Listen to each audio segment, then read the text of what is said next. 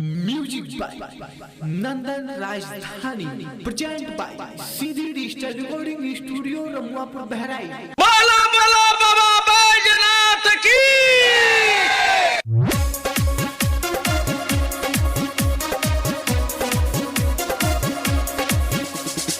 Remix by DJ विकास बाबू।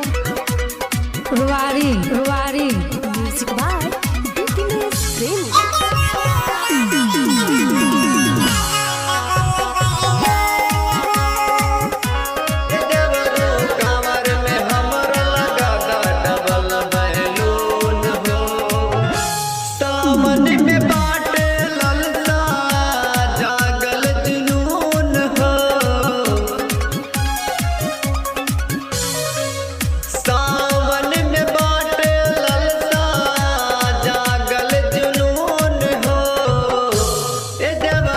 कांवर में हमर लगा डबल बैलून हो।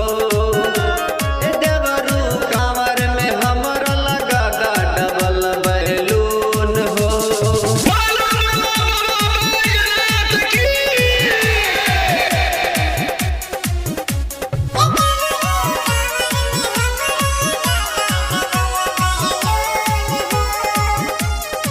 क्या नाम है आपका? रिमिक्स बाय डीजे विकास बाबू। रुवारी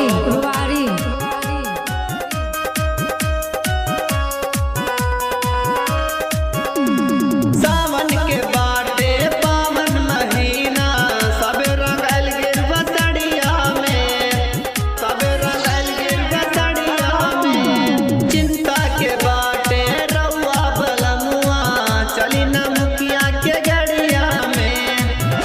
घंटी लगई है डबल बाजे टून टून हो, बाजे टून टून हो। घंटी लगई है डबल बाजे टून टून हो। ए देवरू कांवर में हमर लगा डबल बैलून हो। ए देवरू कांवर में हमर लगा डबल बैलून हो। रिमिक्स बाय डीजे विकास बाबू। 90 60 45 99 84। म्यूजिक बाय प्रेम। ए देवरू कांवर में हमर लगा डबल बैलून। रुवारी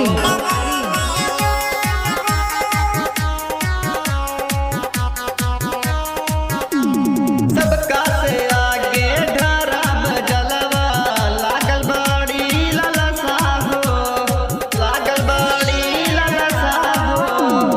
हमार राजा के बजत गाना जागल पूरी ललसा हो। तानी सूरज दीपक नाचे वही जून हो, नाचे वही जून हो। सानी मुकेश बबलू नाचे वही जून हो। ए देवरू कांवर में हमर लगा डबल बैलून हो।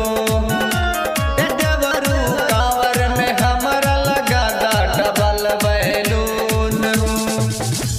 म्यूजिक बाय नंदन राजधानी प्रेजेंट बाय सीधी digital recording studio Ramuapur Bahraich.